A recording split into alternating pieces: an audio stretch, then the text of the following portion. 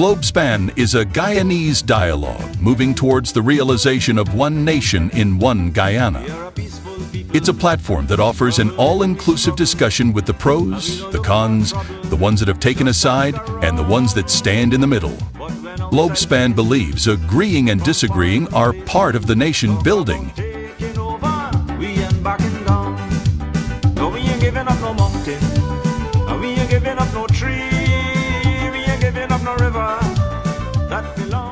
Globespan believes that every Guyanese voice is part of the nation building. As we span the globe for voices from the diaspora and those living home, we stand on our commitment that we are all Guyanese working towards one nation in one Guyana.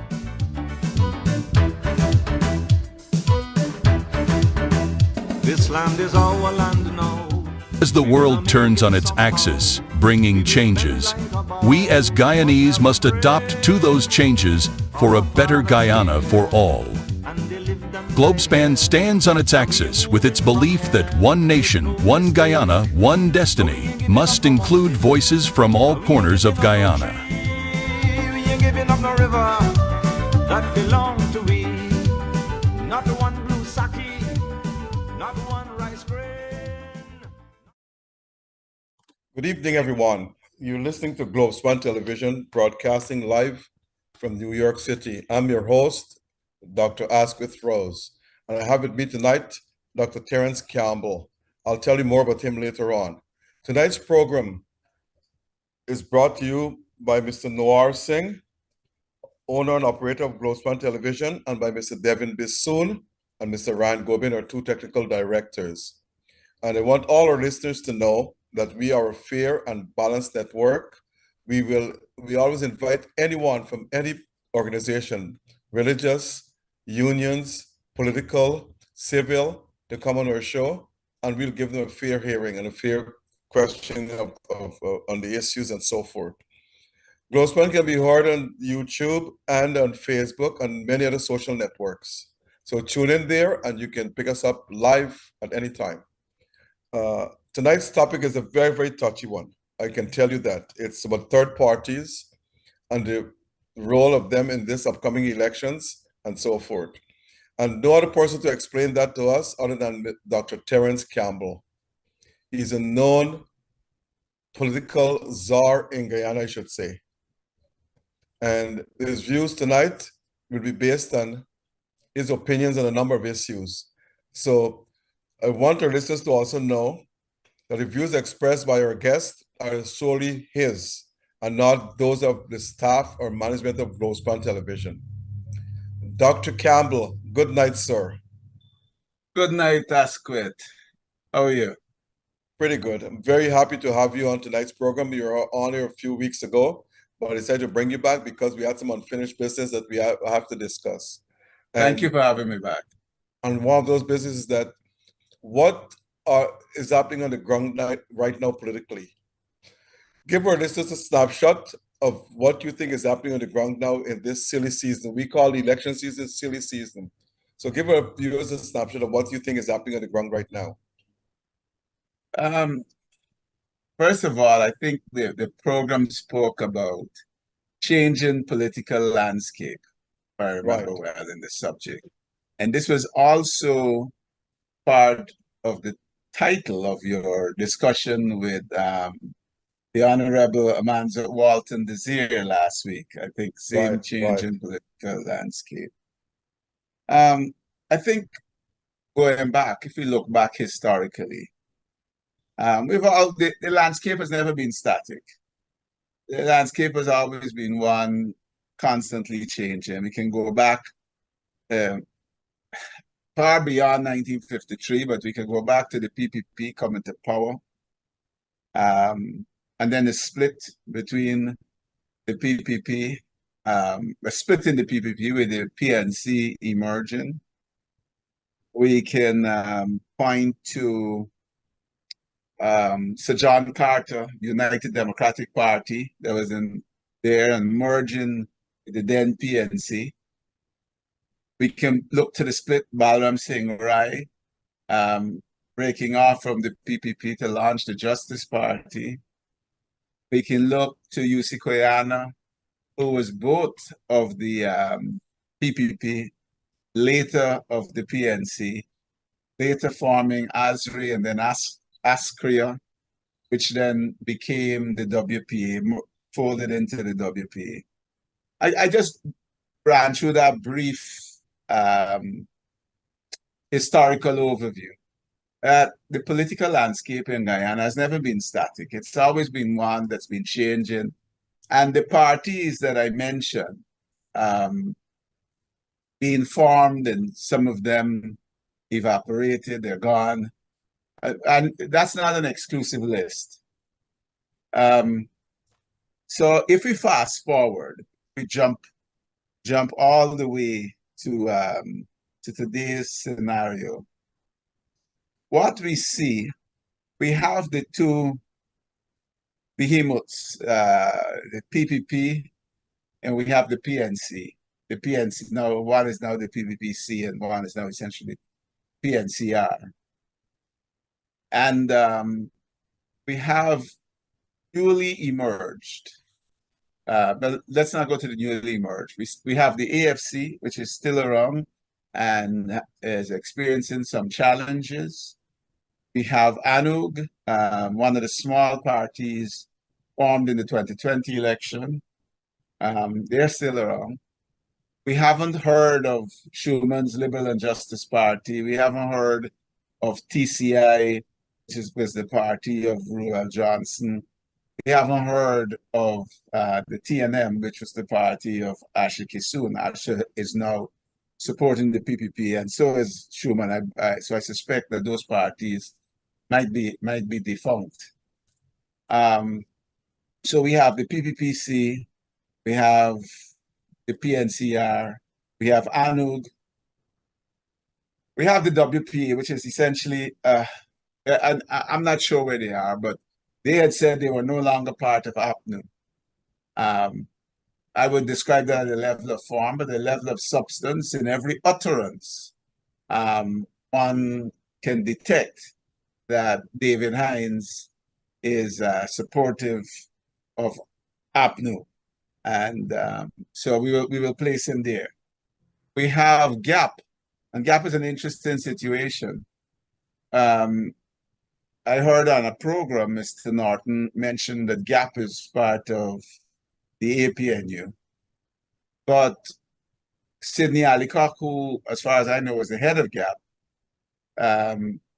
one day he was inviting T. Mohammed, as they then were, they now win.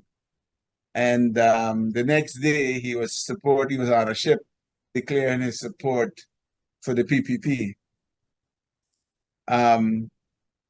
We have had some movements, Asquith.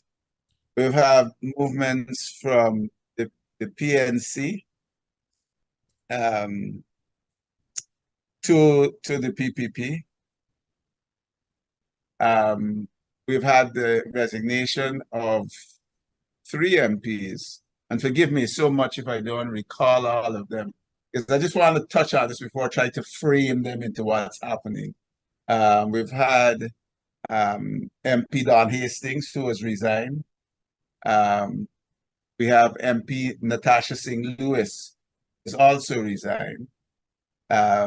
We have MP German Figueira, who's resigned. I put the 3 of them together because none of them has said where exactly they're going. MP Natasha Singh did suggest that her resignation may have to do with a new family member being expected. We have MP Amanza, who was on with you last week. She has gone to form her own group. Now, prior to that, between 2020 and 2025, we had the Honorable Simone Brooms, who went ahead and formed the Liberal and Justice Party. And we have the emergence of T. Mohammed now as WIN. Let me now narrow this down. PPPC, APNU.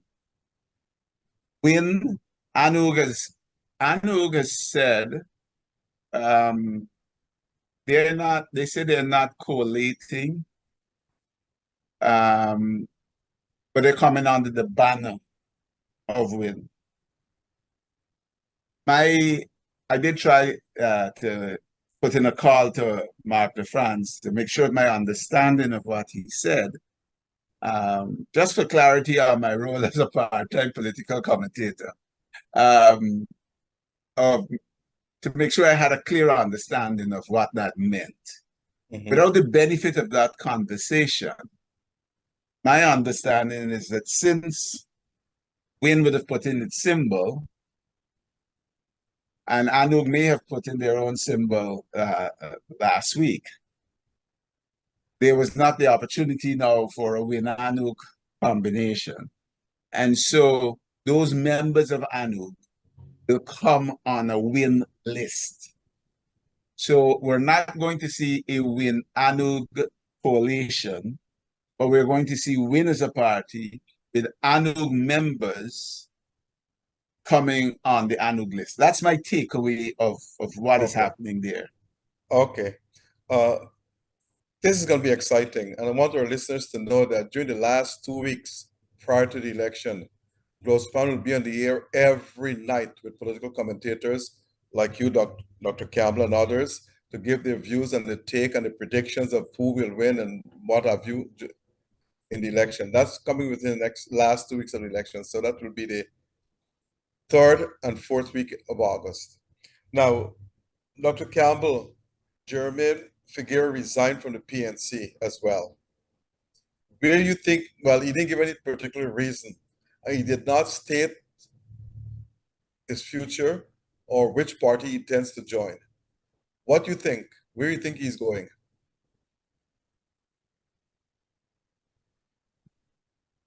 Let me just back up for this for 1 second.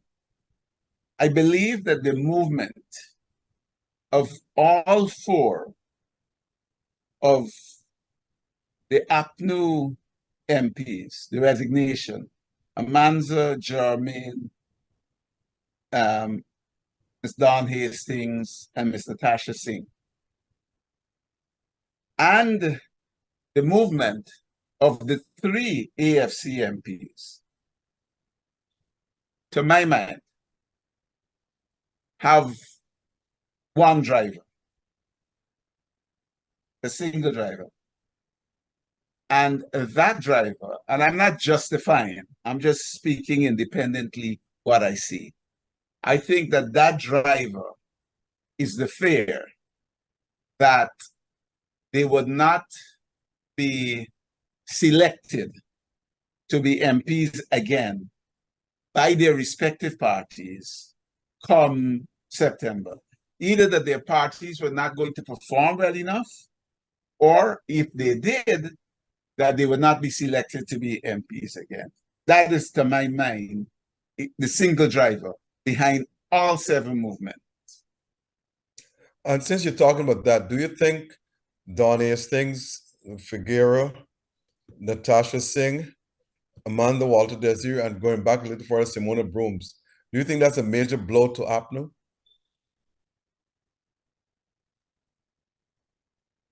You know, people have always come and gone within APNU. But I don't believe, I believe that the optics of, and this didn't start now, I think the optics of people like James Bond leaving, Daniel Searam, Mr. Sandy, and others. There are other low-level folks who left and went across to join the PPP. You had the previous treasurer, Mohammed Mursalin, I think, who has gone.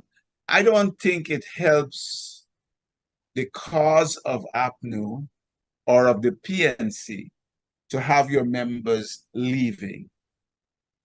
I would say, and I'm not making a criticism of Mr. Norton here, but I would say I'm speaking in generalities as someone who has had to lead organizations through thick and thin, admittedly not political organizations. I think it's an important sign of leadership when your people stay with you through thick and thin. When they say, listen, we're going to ban with belly, to use the Guyanese expression, and we're going to hang with you. We're here with you. We're going through this with you. So it can't help it can't help the optics of it, that they don't help APNU when these people leave. Though I believe the blow there has been mitigated by the arrival of the three MPs from the AFC. Do you think it's weak leadership on behalf of Norton not to keep those members in his party at this crucial time? Because if they had resigned a year ago or 2 years ago or so forth, fine. But this is crucial. These resignations came actually after the elections were announced, September 1st. So do you think it's some sort of weakness on behalf of the APNU leadership?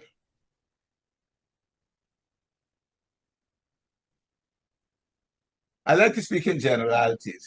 Norton is my friend. And you can speak. You can be specific as well. I will say. Listen, there are positives and negatives, right? If you listen to the PNC folks, they will say, listen, these people were all suspect, and good riddance, right? I don't support that kind of language because I do not think for 1 minute that MP Don Hastings, for example, or MP Amanza, or people I've interacted with, really are not loyal to the cause of the PNCR. So it is a blow for them to leave. And similarly, some of this aspect, since we're talking about the landscape, it has to do with some degree of factionalism that is taking place. Mr. Norton came in 2021 as leader of the PNC. Amna Ali was supportive of Joe Harmon, and I think at least MP Natasha Singh was of that Amna Ali Roysdale Ford faction. She would often be seen out on the hustings with. And we forgot to mention Geeta Chandan as well. She was a former general secretary of the party. And therein lies another issue. And I'm dealing with this from the public.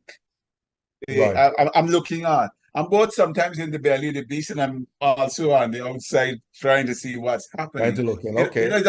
It also signals a weakness that the PNCR must address. And that weakness is the ability to hold on to its Indo-Guyanese members, and especially at the executive level within the party. MP Ganesh Mahipal is a notable exception, but we've had Daniel Seram leaving, we've had Mohammed Mursalin, who, strange enough, about 2 weeks ago was endorsing the PNC and then quickly switched. He claimed that he did not like the fact that that Ganesh had been bypassed in favor of Juretta prime minister position. So I think there's a challenge for the PNC. This thing about politics to my mind is addition. Right? Yeah. You have, and you must keep adding. You can't afford to lose, and so I cringe every time somebody leaves the PNC and I see the abuse with good riddance and so on. Because as a leader myself, I don't like to lose people, and especially good people. And I won't hesitate in saying that I think MP Amanza, Walton Desir, was a good person for the PNCR. Everybody has their own view within the party, but in terms of her communication, in terms of her, to my mind, she's one of the most, if not the most, she's a great communicator. and one of the most electrifying politicians on the stage today. And so as a politician, to my mind, you have to have a little bit of Machiavelli in you. And so let's put somebody with those talents to use. It can't be good when they leave. That is so true. And talking about her leaving, Simona Brooms left almost a year and a half or 2 years ago, and she formed her own party. Amanza Walter Desir also formed her own party, Forward Guyana. And the rest of those who left the APNU, they have not formed a party. But the rumor has it that both Simona Brooms and Amanza Walter Desir will team up as one. What do you think of that dual female sexual attraction to their parties? I can't speak with great authority to the PPP, but I can speak with much more authority to the PNCR, that the women of the PNCR have been the vanguard of the party. True. And so there is a challenge with somebody, to my mind, with the communication skills of Amanza leaving, and with the organizational skills of Simona Brooms leaving, because I think that the Honorable Simona Brooms is, and I spoke with her on several occasions, and I think that she's a tremendous loss to the PNCR in terms of the willingness. It's okay, you and I ask it, you sitting in the dice room, I'm sitting here in the dice room, but our willingness to go out there in the fields and to do real political work, I haven't seen anybody with more zest for it and more energy for it than Simona Brooms. So that is true. So you asked the question about what I think will happen. And here I will answer both from an analytical point of view and also from my own hopes, So I'm confessing that, and it's important sometimes for us to acknowledge our bias. That's right. So I'm confessing my bias here. I am thinking analytically that we will see them in some form of a joinder. It's kind of late for a coalition. Not everybody is willing. I don't think ANUG had much traction, so that the decision to just subsume itself within WIN in this election was not a risky one, was not, I think for both MP Simona Brooms and MP, well, I keep saying MP, but Honorable Simona, former MP, and former MP Amanza Walton. And she was a former minister too. A former minister. I think for both of them, the organizations that they are building, Forward Guyana and the Assembly for Liberty and Prosperity, are not organizations for a season. But I think, having spoken to both women at various points in time, not enough with Amanza recently on Forward Guyana, but if I can, connect the dots, they are building organizations that will go through this cycle and that they want to see grow into something. And I think she said as much on your program last week. I didn't get to listen to the entire program, but from what I've heard, I think she said as much. So I don't see them, any one of them. It's too late for a coalition. They would have had to have done that before. Yeah, that's true. And I don't see them subsuming themselves. Assembly for Liberty saying, okay, I'm going to come on Forward Guyana's list. Or Forward Guyana say, I'm going to come on the Assembly for Liberty list. What I see the potential for, and time is short, is for a joinder. Now, two things that I must add here as we discuss all of this. Forward Guyana, to the best of my knowledge, is not Forward Guyana alone. Forward Guyana, to the best of my knowledge, is also associated with VPAC and the People's Movement of Niger, London, out of London. So when we talk about Forward Guyana, or when I speak about Forward Guyana, I am speaking about that tripartite arrangement between VPAC, the People's Movement, and Forward Guyana itself. And then there's the Assembly for Liberty and Prosperity. And let's not forget the AFC. Battered, bruised, but still alive.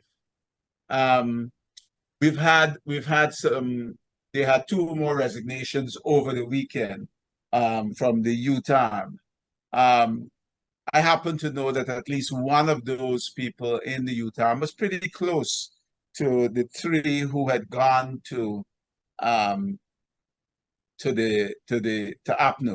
And so I see that movement in terms of that, the faction moving away. Now, in terms of my aspiration, in terms of my hope, I would like to see ideally the AFC, the Forward Guyana grouping, and the ALP come under joiner. The problem there is, I think that could have been a done deal. The problem there is the interpretation on joinder, because GCOM had come out and it was kind of mixed. The first understanding that I got when, as the situation of Asher Kissoon squatting on the seat, is eventually GCOM came out and said, you know what, we made a mistake. Once the seat was assigned to the LJP, then if Schumann was leaving, the next person to take up had to be extracted from the LJP seat only. And I want to distinguish something here. We were then talking about a single seat, right? A single seat. We've seen a letter in the newspaper last week from Kurt Da Silva, Kurt Gonzalez, the guy who used to be the legal advisor that has now been separated from GCOM. Okay. It's an interesting letter if you can grab it. And he tries to lay out exactly what the representation of the People's Act is saying on the joint arrangement. And essentially what he's saying is that if there are multiple seats, right? If there are multiple seats, so if the LJP got 1 and the TNM got 1, then those parties can only replace members from their own list. So if, let's suppose 2 parties are there in parliament, they get, let's say it's 5,000 votes for a seat, and the combination of a joinder gets 12,000 votes. So they grab 2 seats and 2 parties take those seats.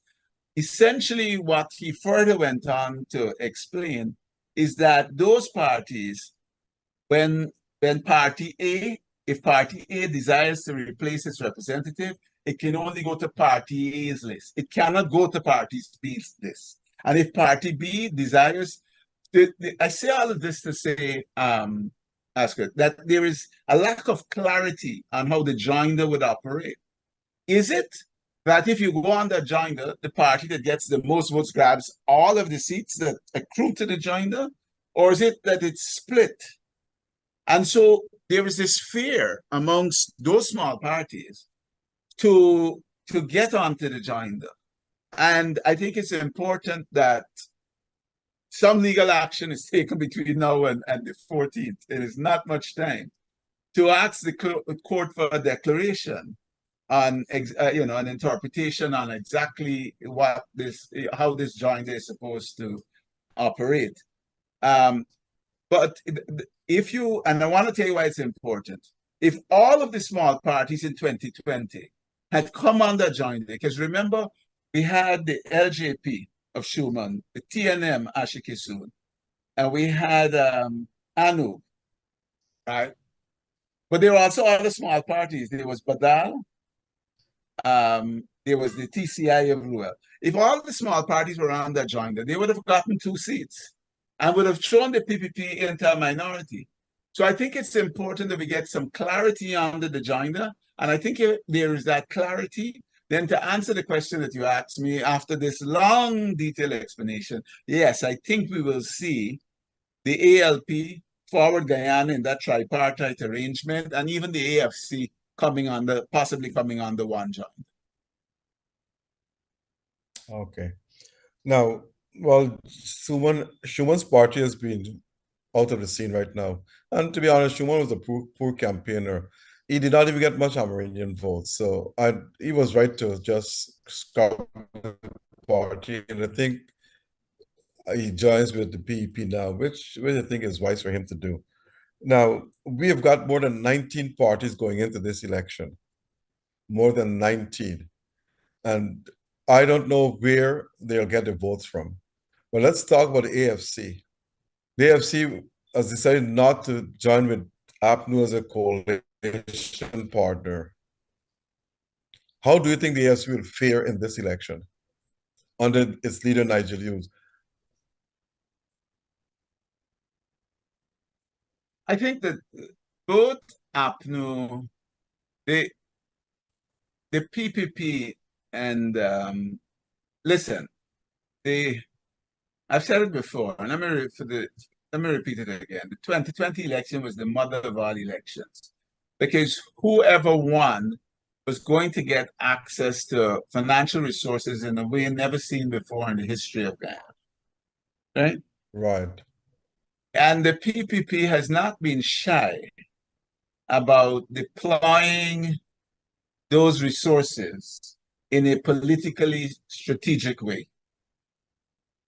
Mm-hmm. And because of that, and I would say the natural infrastructure development that would come once you got that type of money. Yes, there's a new bridge being built across the Amara River, but it's not rocket science that needed to be done, right? I'll give the PPP some credit in terms of housing. They've always pushed on housing. But they're not the beginning of the idea. Forbes Burnham did it in the 70s, with many new schemes all across the country. So it's not new to them. But within recent times, I think the PPP has pushed aggressively on housing. Housing is a winner. Housing and land are political winners. And in fact, during the negotiations between the coalition, between APNU and AFC over coalition, I remember that one side would have been able to claim there was some discussion over which are the politically important ministries. And one side was going to get housing and water, and it was kind of, dithering over it. And I said, listen to me. Housing and water is the most important ministry to have in this country politically. Because if you can deliver land and housing to the people in adequate land and new housing to the people, you've gone home with a victory. So what I wanted to say when I was tracing the PPP and the financial resources and using it strategically is that has created some difficulties. It's been a threat to both APNU and the AFC. And in the AFC side, the AFC was seen as a party that multi-ethnic, crossed racial boundaries and so on. And I don't see, I'm speaking as an independent observer again, I don't see the Indo-Guyanese, how the AFC now attracts the Indo-Guyanese support. So back in 2015, you had Moses Nagamotu, you had Kemraj. These were strong Indo-Guyanese politicians. And they had some degree of attraction to the Indo-Guyanese voters. The AFC, Kemraj is an older guy now, doesn't have the energy, and it's tainted, quite honestly, by the 2015 to 2020 period in office. Moses is retired. The only other Indo-Guyanese of substance, well, not of substance, don't let me say that, let me use that. The one that Indo-Guyanese that was in the hierarchy of the AFC was Ricky Ramsuru. But I do not, and I'm speaking frank as an independent observer, I do not know what pull Ricky has with the Indo-Guyanese population. So I draw all of this to say that the potency of the AFC has been reduced. And Mr. Hughes will have to do a lot of work. A lot of work.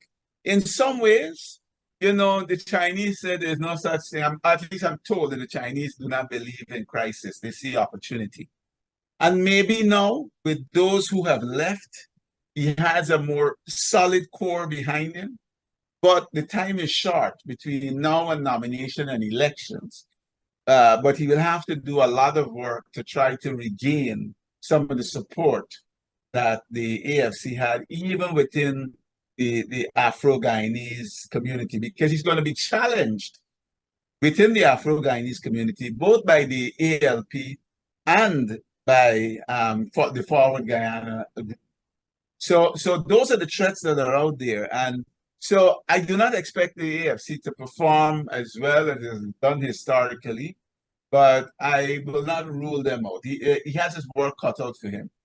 And the challenge is there. I have to say, let me say this too, because I spoke a lot about the Indo-Guyanese and voting element, which you don't have to be a racist to discuss it. It's just a practical aspect of Guyanese politics. And I see the PPP going out and campaigning and holding events in Afro-Guyanese areas. I've seen them recently in Linden. I am not seeing, and I don't know what the fear is. And if there was a coalition, or a grand coalition, and I was a part, I definitely would have been a part of it. I don't see what the fear is. I don't see the opposition parties doing the same thing in Indo-Guyanese areas, going out and in a very strong way and talking with the people, hearing what they have to say, and so on. And you know, I think we need to see more of that if we're going to have a real election this season. It can't be that you're campaigning only in your strongholds. You have to go out into opposition. And which is why, and I'm drifting a little bit here, which is why I get upset whenever I hold no brief, absolutely no brief for Win. But I get upset when I see Win going into Indo-Guyanese areas and there is this hostility. All the parties, any party, even if you and I form a Rose and Campbell party, we must be free to go and campaign in any part of Guyana without having to fear hostility in the area. So why think if we turn to, let me just ask you, turn to Win, which is We Invest in Guyana, which is Azharuddin Mohammed's party. Yeah. Why do you think it's getting such hostility from when it goes into, say, Indo-Guyanese areas? Why do you think that is happening? Well, I think that hostility, I think listen, the PPP as a political organization has always been very strong on loyalty. You know, the numerous anecdotes, especially on election day, of the PPP going out into neighborhoods and calling people out, saying you've got to go out and vote and so on. There's very little tolerance for dissent or drift in support by the PPP in their areas. They got a whole machinery set up to stifle that. Now, with a challenge from an Indo-Guyanese, a very popular, and let's say it was the American system of running for the presidency, I think the PPP would be in a lot of trouble here, you know, but it's not. And so with a challenge from a popular Indo-Guyanese in Azharuddin Mohammed, the PPP feels threatened. And I believe that they themselves are behind the hostility. They encourage that hostility. And that to me, you know, I saw last week Dr. Jerry Jailal, who I met recently, nice gentleman, but he was talking about rigging and so on when Amanza was on.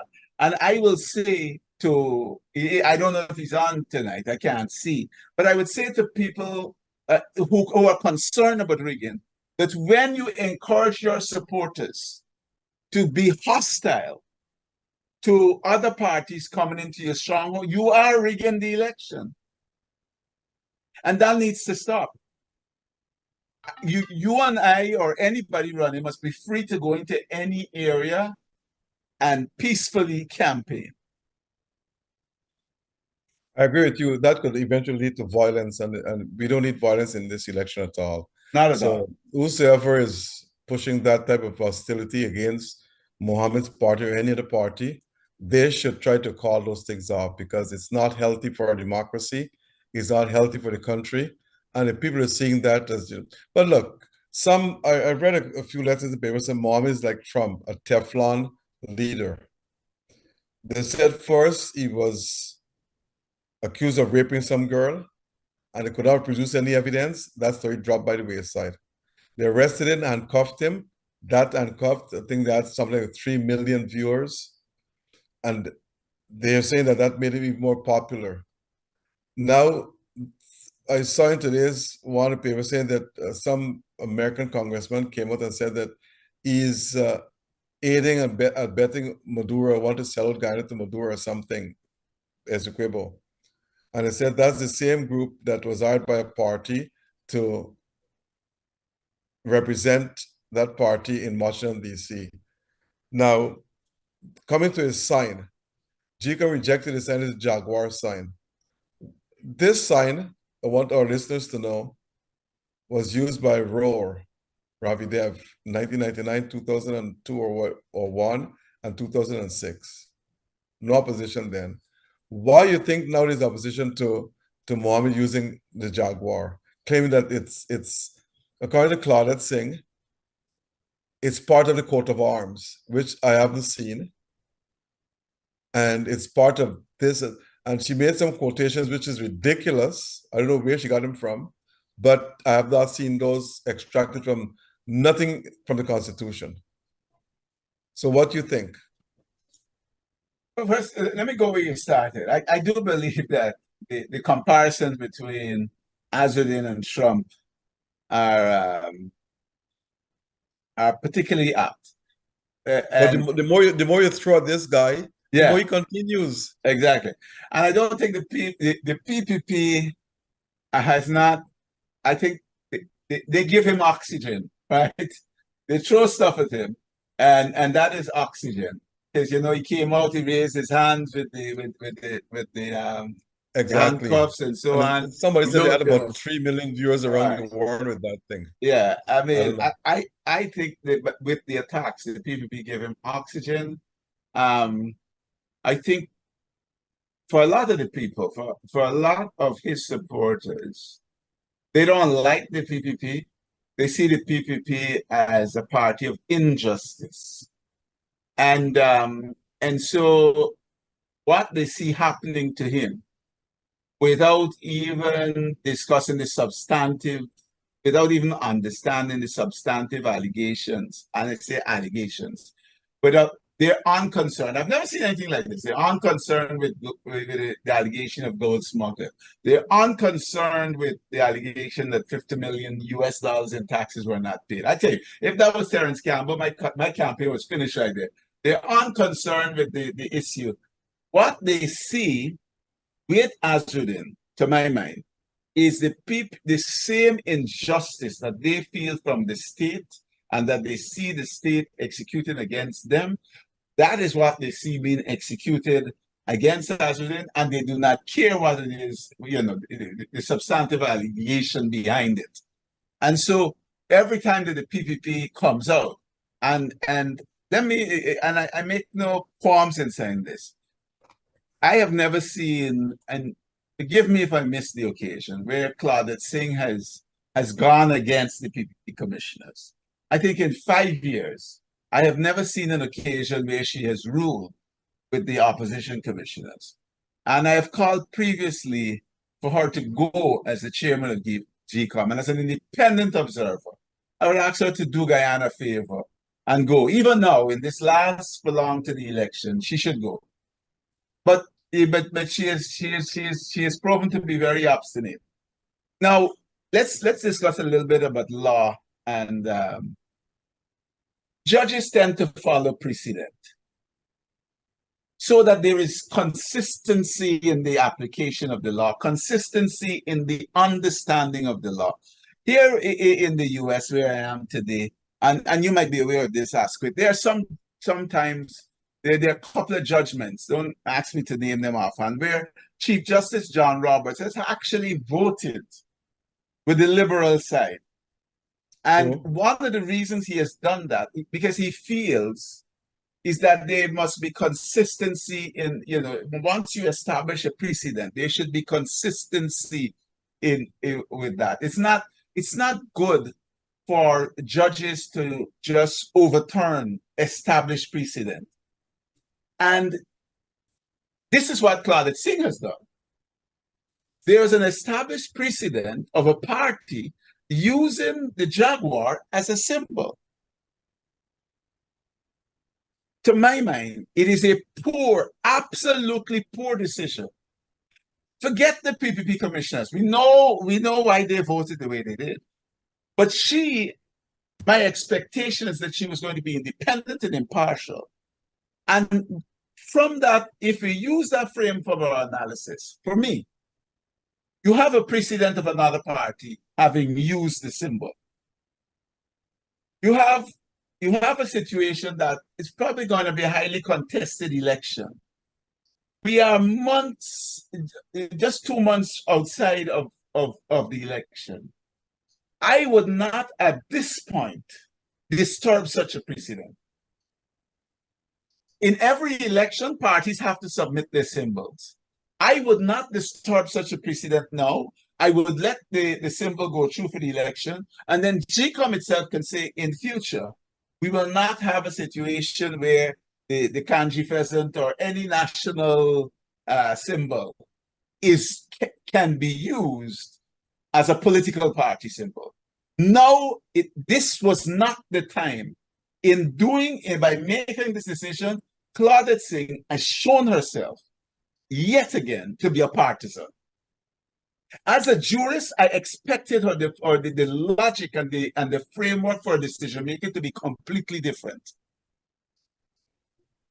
I did a record of her when she was a justice, and it wasn't that good in any way, shape, or form. But let me say this to you, and I very seldom express my views or opinions on this program, but Claudette Singh, the office is a constitutional office. She cannot be removed by anyone. I think that ought to be changed sometime in the future. Either a party get elected, can't get 2/3 majority in parliament, should be able to have a plebiscite or referendum to change the amended constitution, because the constitution states that. But looking at Claudette Singh's statements, not only this one, over the past 3 or 4 years and beyond that, I frankly think that she's an embarrassment to GCOM. From her statements, not her voting record only, from her statements. She has made some absurd statements that you never expected from a former judge or justice to make. One of her friends said probably she's losing it. I don't know what that means. But she would be an embarrassment to GCOM. And it's about time when you reach a certain level and a certain age and you can't focus and you can't think properly anymore, you should step aside and move on.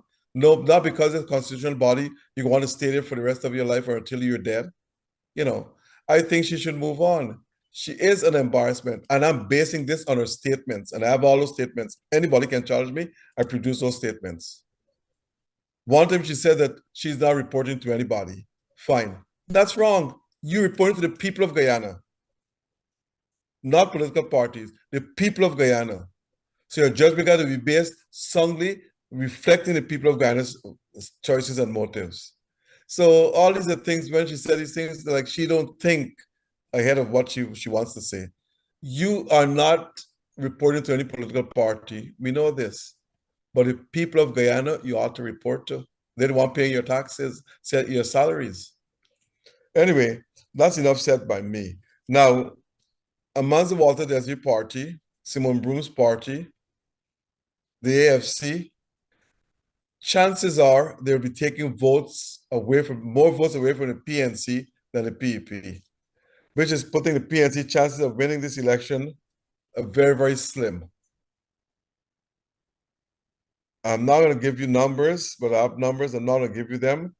But the chance of winning this election Well, are share them very, with very me, man. slim. I always like polling day. You know, the problem, Dr. Rose, is that in this election, and as I have dealt with, and I can't speak for the PPP, but as I've dealt with the opposition parties, there has been a resistance to polling data. And there has been resistance to using polling data to inform strategy. And it's something that I hope will change. We are not, to my mind, opposition parties, I speak in general, are not practicing political science. They're doing political arts to me, you know, because there's been a resistance. But politics is an art and a science. It's not only a science anymore. Well, they're doing the art side. They're not doing the science side. Because there's going to be resistance to data. Because I think if the data is there, and perhaps because I come from a business background. In a business background, you know, you look at data. I have a new business that I just started, and you know, it's running at a slight loss. I look at the numbers every single day, and I'm strategizing now. Business is maybe a month, 2 months old. How do I move it from this slight loss? That's going to kill me, but I need to move it now. I have to figure out, how do I find that sweet spot to take it into the black and take it into the black consistently? Similarly, so it's hard for me, having come from a business background, to understand how folks are in politics and they can embrace data. Data is a gift. Even if the data is negative, it is telling you where you are. And if you interrogate it properly, it will tell you what you need to do to get where you want to be. And so there's this unwillingness to embrace data. And I say all of this just to beg you to share whatever little data you got. Let me talk. Yeah, I think some in politics in Guyana, if the data is not favorable to them, they want to discard it. They don't believe it and all sort of stuff. And it is sad that is happening. Now, as I said to you, the PNC chances, I don't know where they're campaigning. I know what the strategies are. I haven't seen any manifesto from none of the parties in Guyana so far. And the waiting period, I think, has come to an end, at least by this weekend, if they can't come up with something. Because they should know that the PDP is far ahead of them in I think one of the strategies. fears, with the manifesto, the PPP has not been shy about copying good ideas. We could go back to the cash grant. Jagdeo was against the cash grant. When Nigel Hughes became president, leader of the AFC, and started talking a lot about cash grants, all of a sudden we saw a switch in the PPP. It was a switch that was not even clearly. Let's remember this. So many talk about the PPP best place to lead the country. They didn't even think carefully about that cash grant. They came out and said 100,000 per family. And then they realized that doing 200,000 per family, sorry. And then they realized that using that formula was fraught with difficulty. Incapable of thinking through what they were doing, right? And then they changed it, 100,000 per adult, right?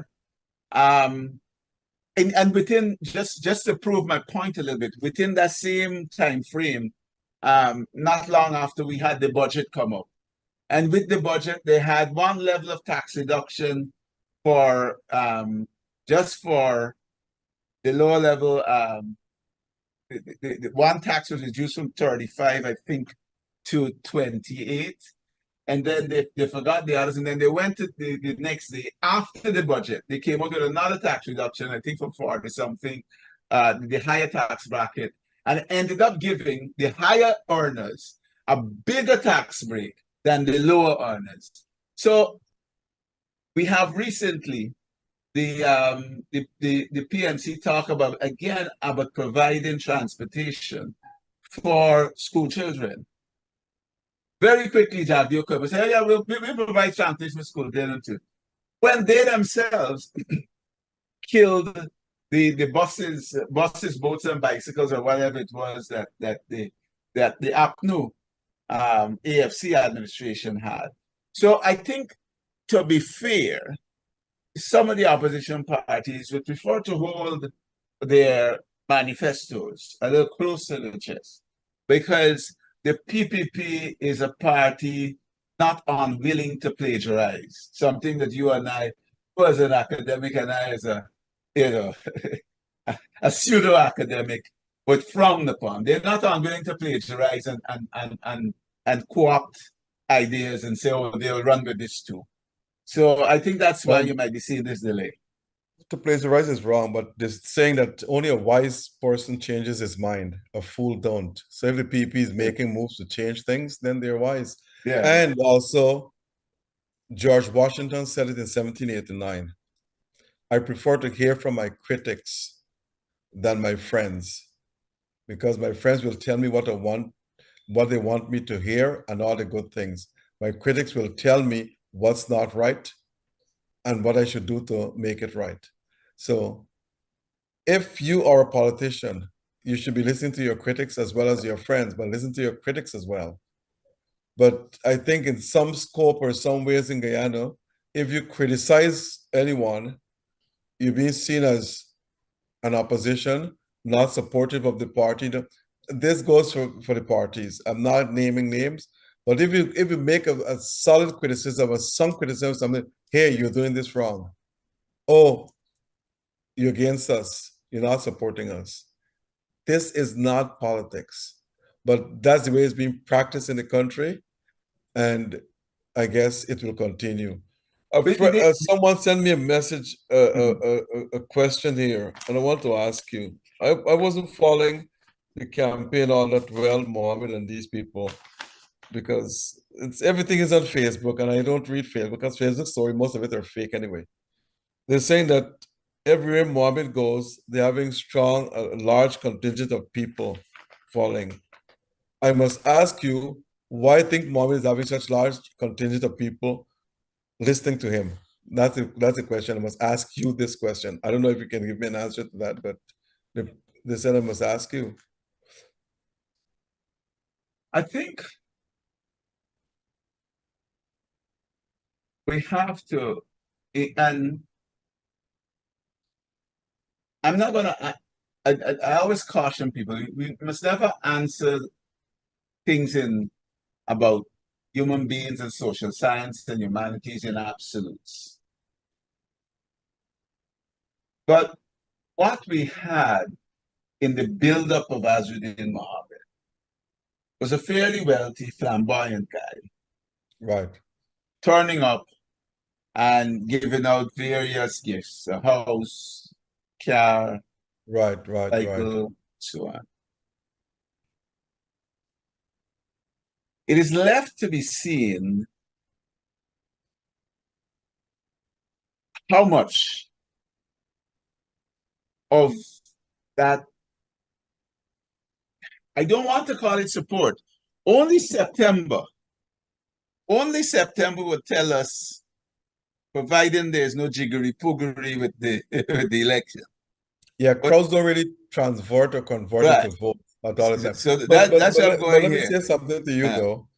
That theory was thrown out in Pakistan in the last election when the opposition was drawing large crowds, and they say not transmitted votes, but Modi lost to them. The opposition had more votes. Pakistan or India? Not Pakistan, in India, sorry. Right. India has 543 members of parliament, I think 200-something senator, or whatever we call it, for a total of 800 seats. And Modi, in the election previous to this one, had 337 seats out of 543. Mm-hmm. And he started to do a lot of good things and help improve the lives of people and so forth and so forth. But when we go to speak at these rallies, they were actually busing people in. And they say when you bust people, you really don't know your strength. Right. But the opposition was having large gathering. And they said, well, it's not going to mean anything. Modi's going to beat. But the opposition, Modi ended up with 240 seats. He actually lost 97 seats. So in that sense, the crowds did translate into votes for the opposition parties in India. So that theory is now being tested to see if it will happen here in Guyana with Mohammed. As a matter of fact, it happened in Suriname too. With the opposition, they had larger crowds than Santoki, and it translated into them winning the elections, the opposition parties. It's going to be a test here in Guyana to see if the crowds Mohammed is getting, I don't even know the crowds, it will translate into votes. And if we as political scientists, if we look at three trajectories, for example, I said in 2011, the opposition had a one-seat majority, the PP had a one-seat minority in parliament. 2015, the opposition won by 1 seat. In 2020, the PP won by 1 seat. That answers the question how the people are going to vote in Guyana. But that may be wrong as well in 2025. We don't know.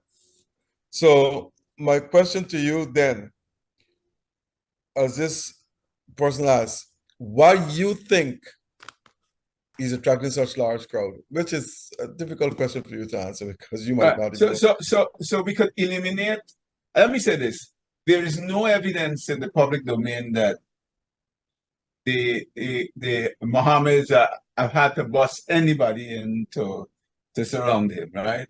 Okay. These are I think the people that turn out to hear him and to see him, it's an organic crowd, and people who are okay. How much of it is support with, and I think there's a lot of curiosity about this man. They've heard a lot about this man. This man is a rich and successful man. This man is a man that the government trying to beat up. This is a man Jagdeo fears. Everybody will want to come out to see who is it that could, the Jagdeo of our person will be scared of. And so there is this crowd.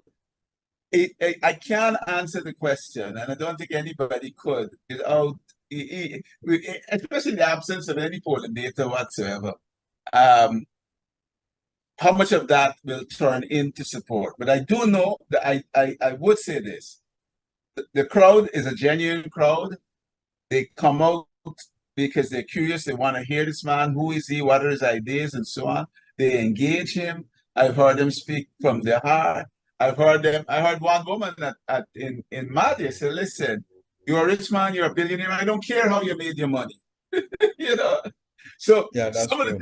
Some of the things that the PPP keeps pushing, and the PPP is benefiting from this, because when you look at the polls, at least the last set of polls that I look at, which might be dated now, they might be 5-6 months old, but corruption was not, and I keep telling the opposition this, corruption was not the highest ranked item. So the allegations against the Mohammeds is about corruption. But in the same way that the PPP is benefiting, since corruption is not the highest, the cost of living is the top of mind of voters right now, right? Of the masses. And so the PPP is benefiting by this lack of focus on corruption. And it's similarly, but what the PPP is doing is accusing Mohammed of corruption, when for those same voters, corruption is not top of the mind. So they're attacking him with something that really and truly is not the biggest thing for the voters out there. And this in part explains the lack of success and his continuous growth and popularity. But I don't think Vice President Jagdeo is scared of him, because he said the PP, he probably knows what his polls are showing, that they will win hands down in this election. So, but I don't know. Jagdeo has to, even if the polls show Jagdeo losing with a large majority, based on everything you know about Jagdeo, you think he would say that? He wouldn't. So I don't pay attention to what Jagdeo has to say. Okay. Now, folks, stay tuned. And if it's Monday, know that it's Monday night with Dr. Rose, Ask with Rose. Every Monday night, it's Globespan. Stay tuned for a commercial break. Don't go anywhere. We'll be right back. Allfromonesupplier.com. All from one is the number, supplier.com, where you can get all your West Indian food and your groceries and everything else. You name it, roti, curry, fish, meat, you name it. And home deliveries. We deliver directly to your homes. You can use your EBT, your credit cards, and your debit cards. So it's easy to purchase from them online, and you get everything delivered to your home. Located in 10809 Liberty Avenue in Richmond Hill. The phone number to call is 718-551-3292. 718-551-3292. Globespan, they've been in business for over 30 years. So if you have any business plans, just call Globespan. And you'll have the beautiful people here talking with you and encouraging you and telling you about your business plans and try to solve all your problems. So if you have any business problems or worries, leave them to Globespan and they will clear it up for you. You can call them at 718-845-0437. That's 718-845-0437. And they're located on 10809 Liberty Avenue in Richmond Hill. They also have upcoming tours to Dubai, India, South Africa, Norway, and other countries. So give them a call. And they have offices in Trinidad, Chaguanas, 665-3383, Val Park, 645-1604, Georgetown, Guyana, 227-1701, 227-1701, Rosal Tongue on the Quarantine, 337-4287. 337-4287. Thanks for listening. Now back to you, Dr. Campbell. The PP has gone full throttle in this election, from coast to coast. They have the people on the ground, and they have having their rallies and so forth. What do you think are the main topics that the opposition party should advance in order to gain a lot of votes? Well, I just mentioned one. I think the biggest thing for voters, for the majority of voters who are out there, is the cost of living. We have an economy that is growing and driven primarily by oil. And what that has done, it's also an economy that is overheating. And this is something that I think the PPP is prepared to risk the overheating because of the visual, Let me just interrupt you. Can you explain to our listeners what an overheated economy is like? Well, an overheating economy is one where the pace of growth is beyond the absorptive capacity of the economy. So we have a situation where so much money is being spent, and we really, especially as we talk about infrastructure, we have so much money that is being spent, but we don't have the resources locally in order to ensure that to effectively carry out the plans and the projects towards which that money is being directed. The amount of money being spent released into the economy is more than we have the capacity to handle at any one point in time. And that in itself comes with inflation and other ills. But the PPP campaign strategy is essentially an infrastructure strategy. And listen, as a politician, it's not a bad thing. I have to say that when you drive if we think back probably about 7 years ago, there was an accident, a major accident at Agricola. And nobody could pass for hours, 5, 6 hours. The PPP came to power. And what the president did immediately as he came to power, I don't even think he looked to see whether he had the money. And to that degree, that's a bit of the entrepreneur in him. And sometimes that's how we operate. He didn't look to see it. He said, listen, start building the road, the bypass road immediately, which is now Heroes Highway. He didn't wait, right? And now, quite honestly, and when I come on this program, I have to remember that you don't invite me, or Noah doesn't invite me here to be a partisan. No, I will confess that I'm an opposition supporter, but I don't come here to be a partisan. I come here to try as best as I can, notwithstanding my bias, to be objective. So you drive, you drive along Heroes Highway, and you drive along all these new roads. I think they're launching the Ogle to Eccles Road today or yesterday, and so on. Yeah. Visually, you are seeing development, right? Whether the roads are being built properly is a whole different question. But visually, by the time you get to Diamond to go back onto the regular roads, you're seeing a brand new hospital on the left and so on. But we may not have all the doctors there, to properly staff it. But so the PPP has bet on infrastructure spend, regardless of whether it's too much for the economy to absorb, regardless of whether we're doing it properly. And as an example of this, I traveled out last night, Asquith. I had to pass Diamond. And I remember the one time that I missed a flight in Guyana was about 3 years ago, because they were doing the road in Grove on the East Bank. And as I passed there last night, that road that was done about 3 years, and when they were doing that road, it created so much confusion with the traffic.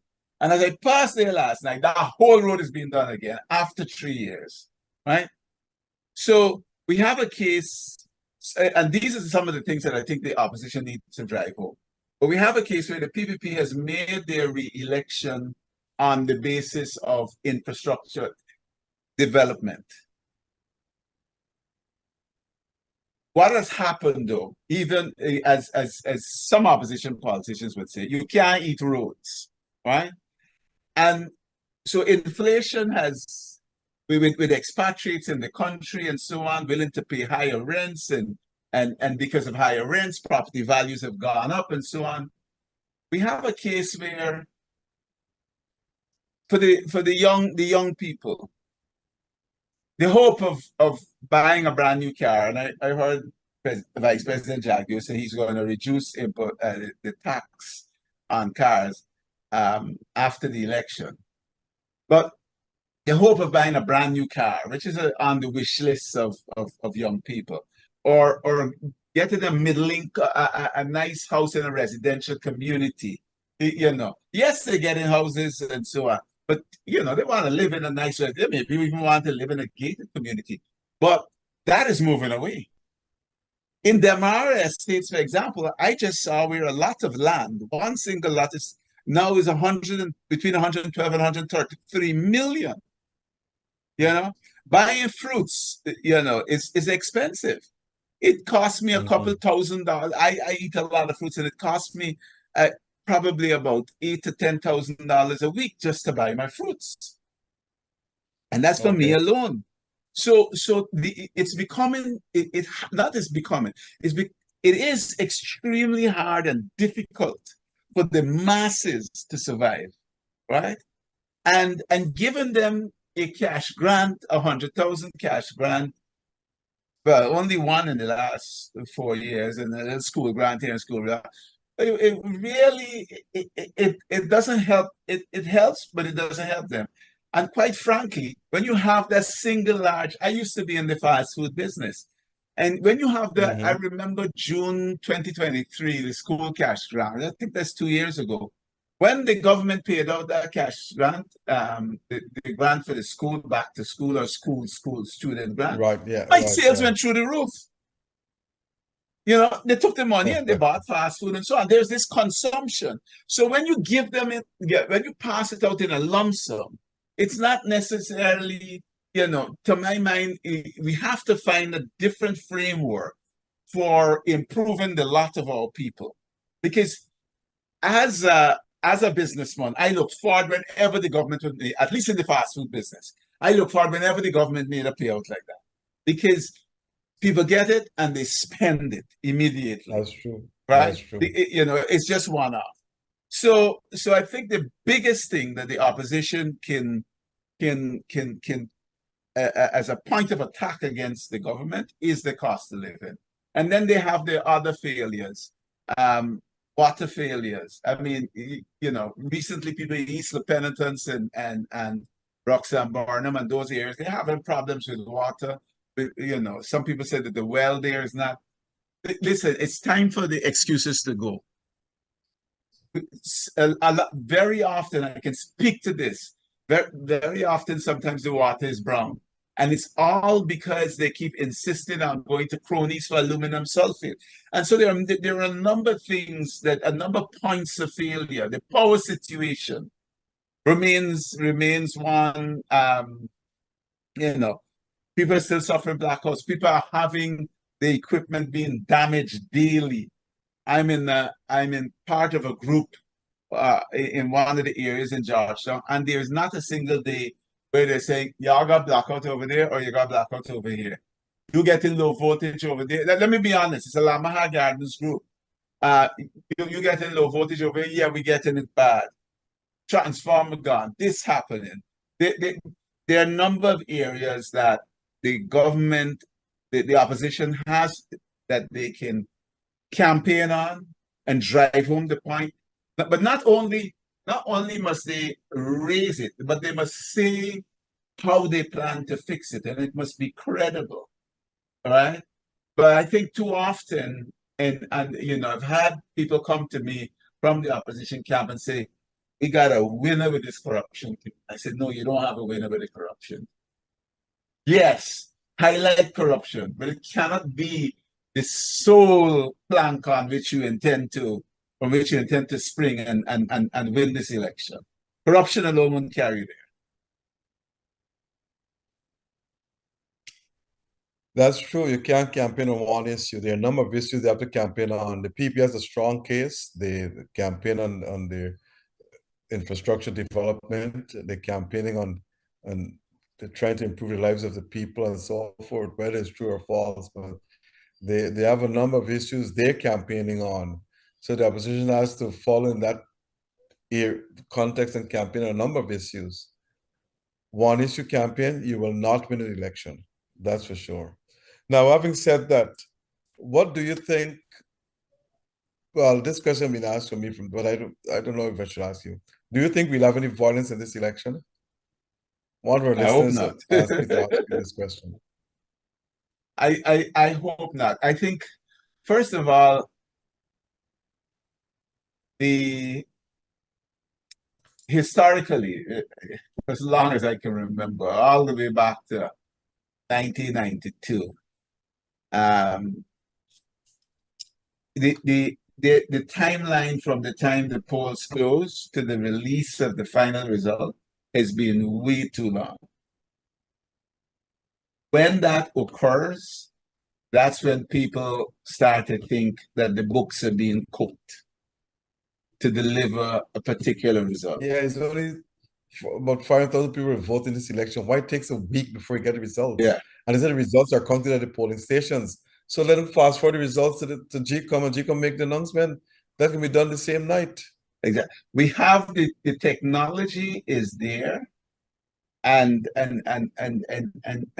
the whoever's in opposition, both opposition and government, I think we've got to, especially those in civil society, we've got to hold them accountable for from September 2nd from making the necessary improvements to our electoral system so that people have better confidence in the next result. We cannot go forward into the next election, 2030 or whenever, with the current system. But coming back to this, I think the biggest problem that I see would be, you know, between now and the election, as long as people are allowed to campaign freely, as long as the government restrains rogue elements in the police force, and in particular here I'm referring to Soko, rogue elements in the police force, restrain them from acting in the errant ways, I don't see a problem with that.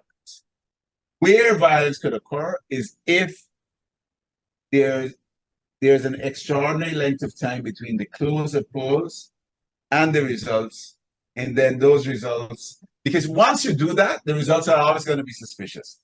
They're never, it's never going to be acceptable. Everybody's going to say the books were cooked. So GCOM, and I am not assured that they're going to do this with Claudette Singh as a chairman.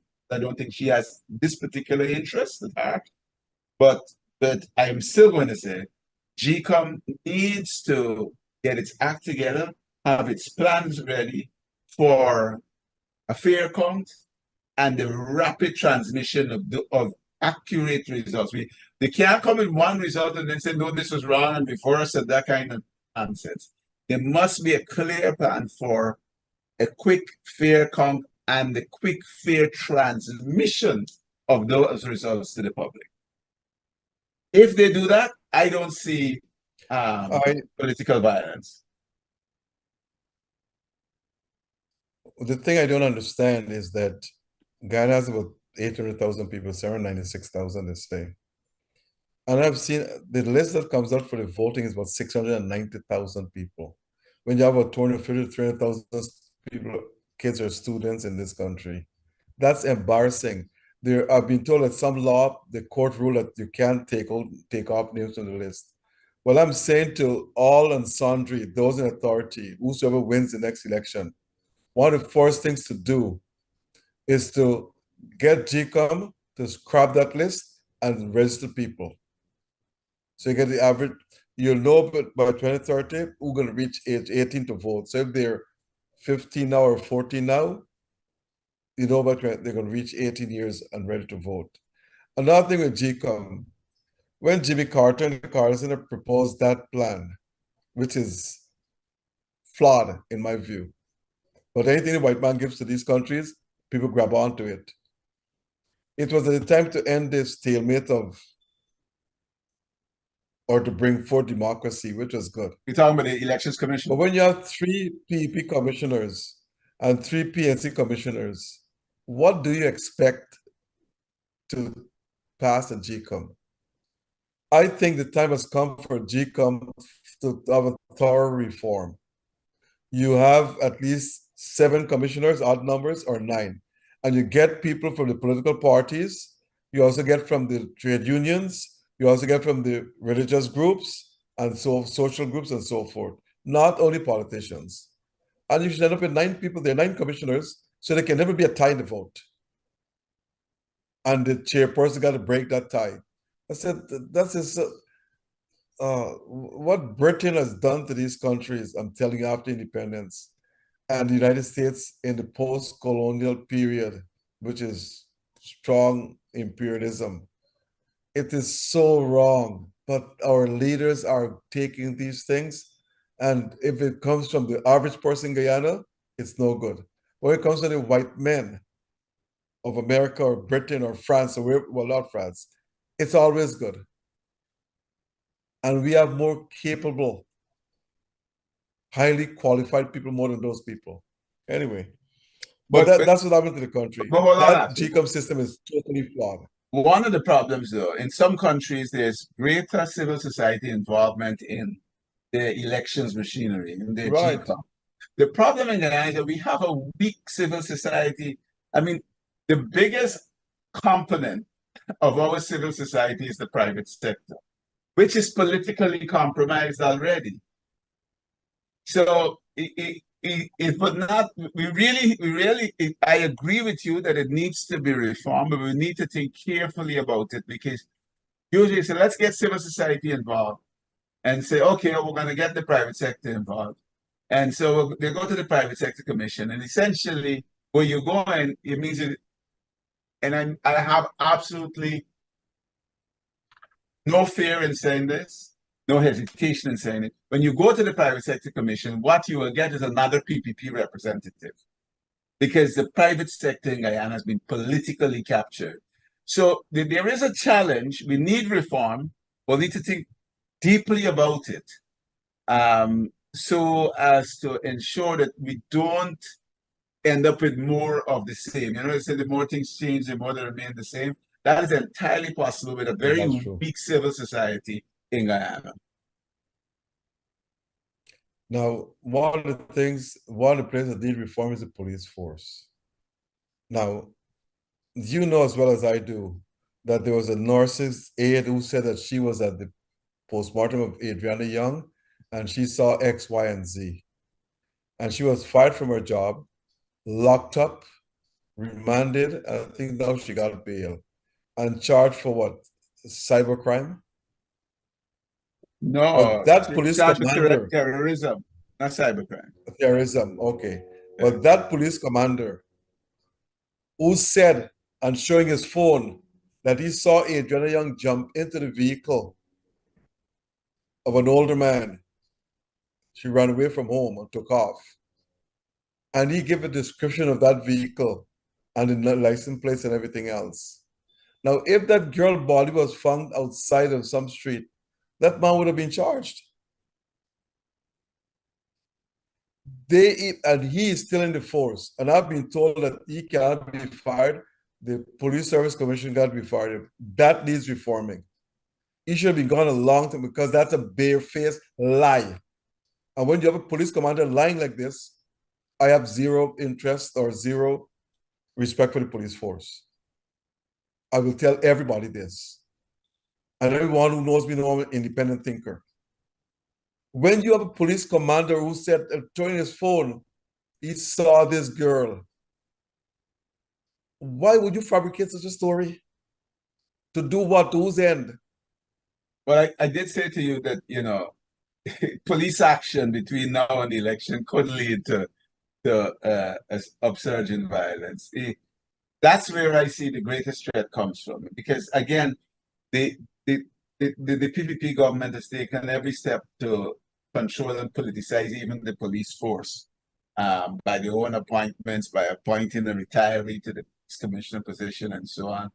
So that's where we are, and we've got to reform.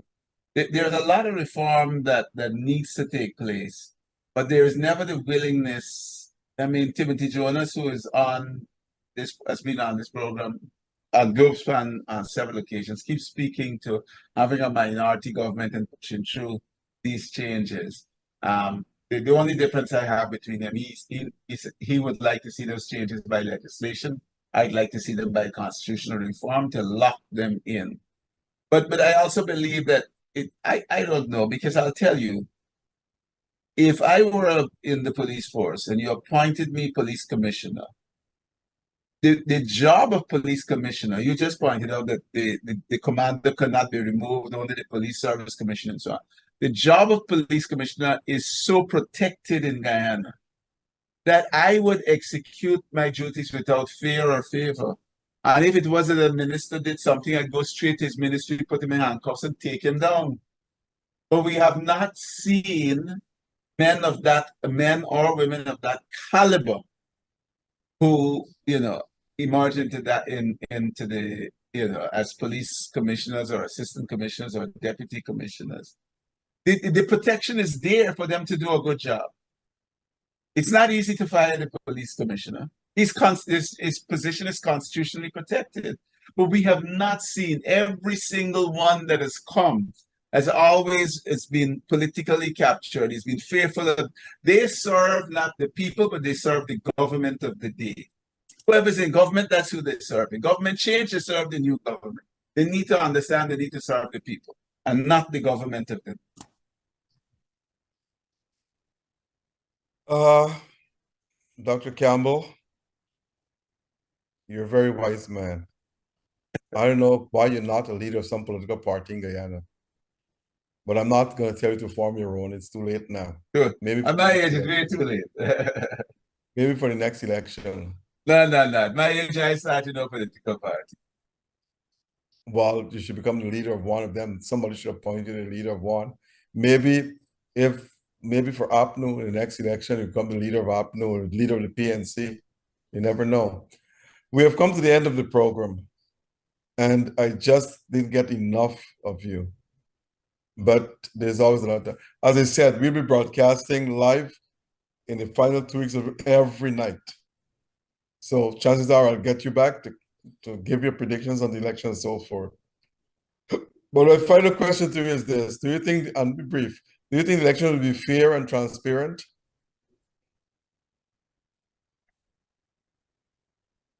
I have my doubts, Asquith. Without too much is there's been too much resistance. For example, to biometrics, which it was shown in other countries could have been implemented in a matter of 3 months and so on. That's true. So when I see that resistance to having transparent technology that would improve transparency, I become doubtful that the election will be free and fair. And especially with a bloated list, I'm not. I can't say that I think it'll be free and fair. I think there'll be problems. As I said, we have come to the end of your program. Your closing remarks, if you don't mind. The situation is evolving. The landscape is moving as it should. It should not be static. I'm hoping to see some consolidation. Maybe some of the opposition parties on the joinder. Listen, a win for me, as when I take off any bias that I have, is a minority government, so that the real changes to some of which you raised, police commissioner and so on. So some of those real changes that Guyana needs at this point, as it approaches 60th anniversary of independence, real constitutional changes can be put in. Dr. Campbell, I want to thank you very much. But before I close the program, I want to say something that is happening to a relative of mine who lives in Cairnsville. She's a single mother of 5 children, and she used her car to transport school children back and forth to school. That's what she makes a living. She has a small snacket that she makes a living from because her husband died. Now, she lost her car last year, February the 10th, or sometime in early February month. The police found the car a week later, and 3 guys that found the car, they were put on station bail. They did not present $20,000. They did not put any money down for that bail. They just signed a statement and they left. They said they found drugs in the car, but those drugs disappeared. We don't know where the drugs are. And this is at the Providence Grove police station somewhere out there. But doing some research, I was told that's one of the most corrupt police stations you have in this country. The Diamond Providence police station, wherever it is. Now, when they found the car, they returned the car to her. The car was damaged. She spent $356,000 to fix her car. Until now, those guys have not been charged for the theft. Over a year, going to a year and a half, they have not been charged. Somebody posted the pictures on Facebook, and the police claimed to say it's her. There's this police inspector there, and already he's highly corrupt too. Next week, I'll call his name. And he charged her for a cyber crime and put her on $50,000 bail. A single mother of 5 children. So I asked one of the police superintendent there, he said it's wrong to put a picture there because if the guys get off, then their lives could be stained. I said, if you police officers call these guys in the car, 3 of them, you tell me they're going to get off? That's what you're telling me? You call them red-handed in the car. You give them a chase, you arrested them, stolen the car. And you tell me if they get off? But I want the public to know this. 75% of all cases in this country is solved at the police station through bribery. If you have money, you'll never face a judge if you commit a crime. And I've did the research on this. 75% of all police cases are solved at the police station. They don't reach the DPP office. They don't reach the judges. If they're poor people, they'll reach the judges. If it's one rich guy and a poor guy, it will never reach a judge. This police force needs reforming. This police force needs reforming. I'll repeat that. 75% of the crimes solved at the police stations. How can you charge a single mother for cybercrime when you're not sure who the accuser of posting it there? But even though she posted it, those are the 3 guys caught with a car. How can that be cybercrime? And you're telling me as a police superintendent that if the guys get off, then this could taint their character. You arrested me red-handed in a stolen car. You tell me you're going to get off? So something is wrong with the police force at Diamond. Is it a Diamond Grove, Diamond, wherever it is? And I checked and I did some, and I said it's one of the most corrupt police stations in the country. So I am saying to those in authority, reform the police force. Check on this case as to know why this one is being penalized. Lost a car, spent $356 million to fix it. I'm got a dime, and you turn, and those guys are walking free in the streets. They have not been charged over a year and a half because they said they related to the same inspector. 2 of them related to the inspector who arrested them. And they're walking the streets. And today, she has been charged and placed on $50,000 bail for cybercrime, for posting the pictures on the internet, which she said she didn't do. And they continue to harass her. So I'm asking those in authority to look into this matter. Because if not, I'm going to write about it in the papers on a constant basis. So look into this matter. It is wrong. That's my opinion. Dr. Campbell, I must thank you very much for being on the program tonight. And I hope our listeners enjoy what you had to say, which was very revealing and very good. And I must thank Noir Singh for making this program available. Devin Bissoon, Ryan Kissoon, our 2 technical directors. And I must thank all our listeners and sponsors. Without you, this program will not be successful on the airwaves. So thanks to all of you. And I wish all of you a very pleasant good night. Thank you. Thanks for having me. Good night.